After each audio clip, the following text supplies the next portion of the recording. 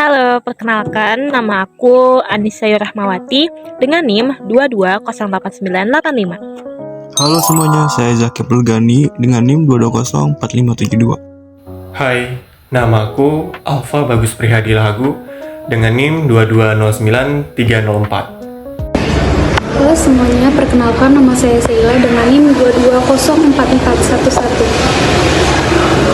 Halo, nama saya Nurul Maharani dengan NIM 2204867. Halo, saya Faisal Aswaki Ramadhani dengan NIM 2204763. Bea Cukai adalah nama dari instansi pemerintah dalam perdagangan internasional yang bertugas melayani masyarakat di bidang kepabeanan dan cukai sesuai dengan ketentuan perundang-undangan. Bea dan cukai memiliki arti yang berbeda. Bea adalah ongkos yang dikenakan pada produk hasil ekspor dan impor di daerah pabean. Bea yang dikenakan pada barang impor disebut bea masuk, dan bea yang dikenakan pada barang ekspor disebut bea keluar. Bea adalah pajak lalu lintas barang yang dipungut dari barang-barang diekspor dan diimpor dari dalam dan dari luar daerah pabean. Sedangkan cukai memiliki arti yang berbeda.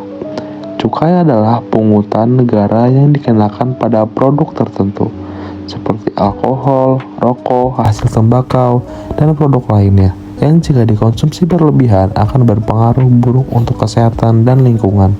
Sehingga pemungutan cukai bertujuan sebagai pengendali konsumsi untuk mengoreksi masyarakat.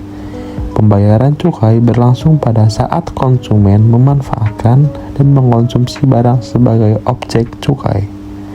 Barang ekspor atau impor bawaan penumpang emang ada? Ada loh barang impor bawaan penumpang, yaitu barang pribadi penumpang dan barang yang bukan pemakaian pribadi ataupun barang yang diperoleh dari luar negeri yang akan digunakan selama berada di Indonesia dan akan dibawa kembali pada saat penumpang meninggalkan Indonesia. Seperti yang dijelaskan sebelumnya, ada dua jenis barang impor bawaan penumpang. Yang pertama barang pribadi dan barang non-pribadi. Yang pertama yaitu barang pribadi penumpang atau barang pribadi awak sarana pengangkut yang dipergunakan atau dipakai untuk keperluan pribadi, termasuk sisa perbekalan. Yang kedua ada barang non-personal use, yaitu barang impor yang dibawa oleh penumpang atau barang impor yang dibawa oleh awak sarana pengangkut selain barang pribadi. Nah, khusus barang yang dibatasi ini ada aturannya loh teman-teman. Yuk kita bahas satu-satu biar nggak zonk pas balik ke Indonesia. Pertama, beras. Maksimal 5 kg per penumpang. Jangan kalah belanja beras di luar negeri ya. Kedua, gula. Sama kayak beras, maksimalnya 5 kg per penumpang. Ketiga, gadget. Kalau teman-teman mau bawa telepon seluler, tablet, atau laptop, maksimal 2 unit per orang. Keempat, obat tradisional dan suplemen kesehatan. Nilainya nggak boleh lebih dari 1.500 US dollar. Kelima, kosmetik dan perbekalan rumah tangga. Maksimal 20 item per orang. Keenam, mainan. Nilai maksimalnya juga sama 1.500 US dollar. Ketujuh, tas. Maksimal 2 buah per orang. Kedelapan, barang tekstil jadi seperti selimut, spray, dan handuk. Maksimal 5 item per orang. Kesembilan, pakaian jadi atau aksesori pakaian. Untuk hal ini, bebas nih. Nggak ada batasan jumlah ataupun nilai. Yang ke-10, minuman beralkohol. Teman-teman cuma boleh bawa 1 liter per orang. Ke-11, alas kaki. Maksimal 2 pasang per orang. Ke-12, elektronik. Maksimal 5 unit dengan nilai total nggak lebih dari 1.500 US dollar. Ke-13, sepeda roda 2 atau 3. Maksimal 2 unit. 14, obat-obatan. Ada 4 kategori. Kategori pertama, tablet kapsul dan kaplet. Maksimal 30 butir per jenis. Kategori kedua, krim salep dan gel. Maksimal 3 buah per jenis. Kategori ketiga, sirup, emulsi, dan suspensi. Maksimal 3 botol per jenis. Kategori 4, aerosol, maksimal 3 buah per jenis. 15. Obat bahan alam, obat kuasi, dan suplemen kesehatan, maksimal 5 buah per orang. Jadi sebelum pulang dari luar negeri, pastikan barang bawaan teman-teman sesuai aturan ini ya. Dengan begitu, teman-teman nggak akan kena masalah di bea cukai. Jangan sampai over kuota dan bikin ribet di bandara. Ingat, aturan ini ada untuk melindungi kita juga. Nah, selanjutnya dapat kita ketahui bahwa serbuan barang impor lewat jasa titipan atau jastip belakangan ini mulai dikeluhkan pelaku usaha dalam negeri. Pasalnya, barang impor itu terbilang masuk secara ilegal, lantaran tidak dipungut bea masuk dan dianggap merusak pasar di dalam negeri.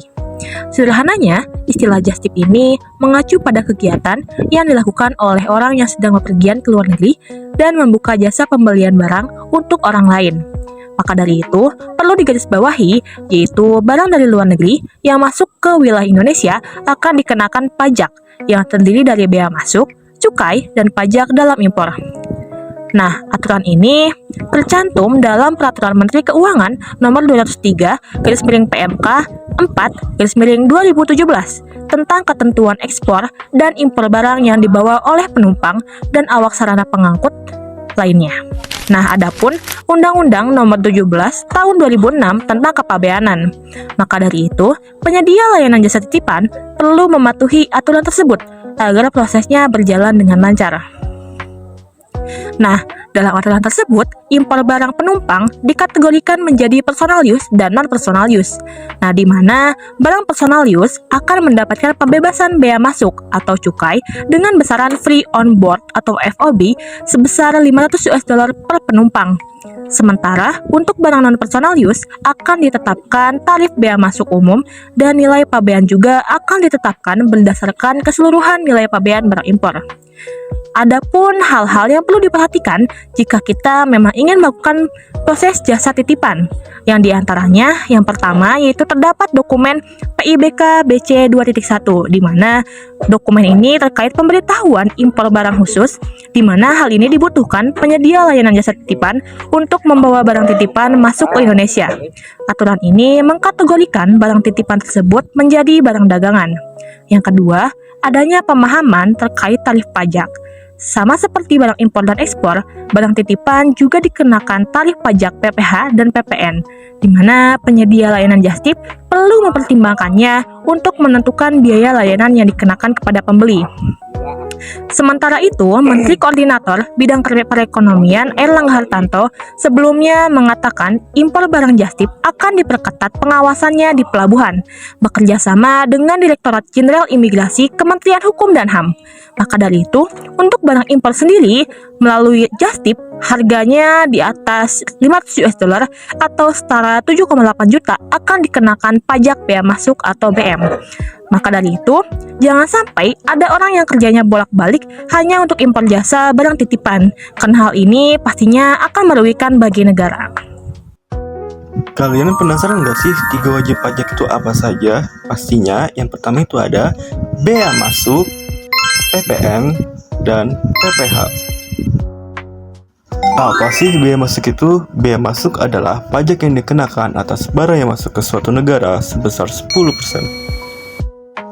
Lalu ada PPN, merupakan pajak yang dikenakan atas nilai tambah suatu barang sebesar 11%.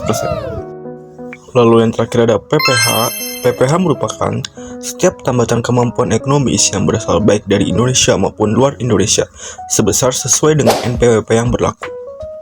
Nah, jadi bagaimana nih kalau kita bawa barang dari luar negeri? Pastinya jangan khawatir ya sahabat. Mari kita ulik cara perhitungan BM, PPN, dan PPH. Oke, di sini kita mengambil contoh sahabat membeli sepatu seharga 54.500.000 dengan biaya pembebasan 7.500.000 menjadi 47 juta. Lalu dikali dengan biaya masuk sebesar 10% menjadi 4.700.000 rupiah. Lalu pada PPN, sahabat harus menghitung nilai impor atau harga barang ditambah dengan biaya masuk menjadi 59.200.000 rupiah dengan PPN 11% menjadi 6.512.000 rupiah. Lalu yang terakhir ada perhitungan PPH, di mana kalian juga harus menghitung nilai impor sebesar 59.200.000 tanpa NPWP sebesar 15% menjadi Rp8.880.000. Nah, itu dia sahabat, dari 3 total wajib pajak tersebut menjadi Rp20.092.000 yang harus dibayarkan.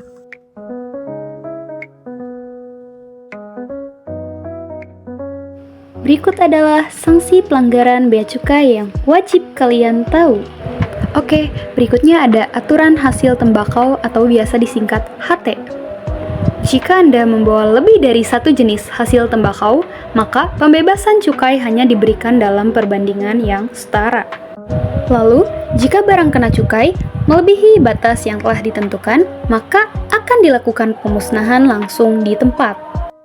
Selanjutnya, konsekuensi jika tidak melunasi bea masuk barang impor. Yang pertama, dikenai sanksi administrasi berupa denda sebesar 10% dari total bea masuk yang wajib dilunasi. Pastikan pembayaran dilakukan tepat waktu untuk menghindari kerugian yang lebih besar. Dan yang terakhir, kesalahan dalam jumlah barang impor. Jika barang impor yang dibongkar kurang dari yang telah diberitahukan, dan jika tidak ada bukti bahwa kesalahan tersebut di luar kemampuan, maka yang pertama akan dikenai denda minimal 25 juta. Lalu yang kedua, denda maksimal hingga 250 juta. Dan bea masuk tetap harus dilunasi atas barang yang kurang saat dibongkar.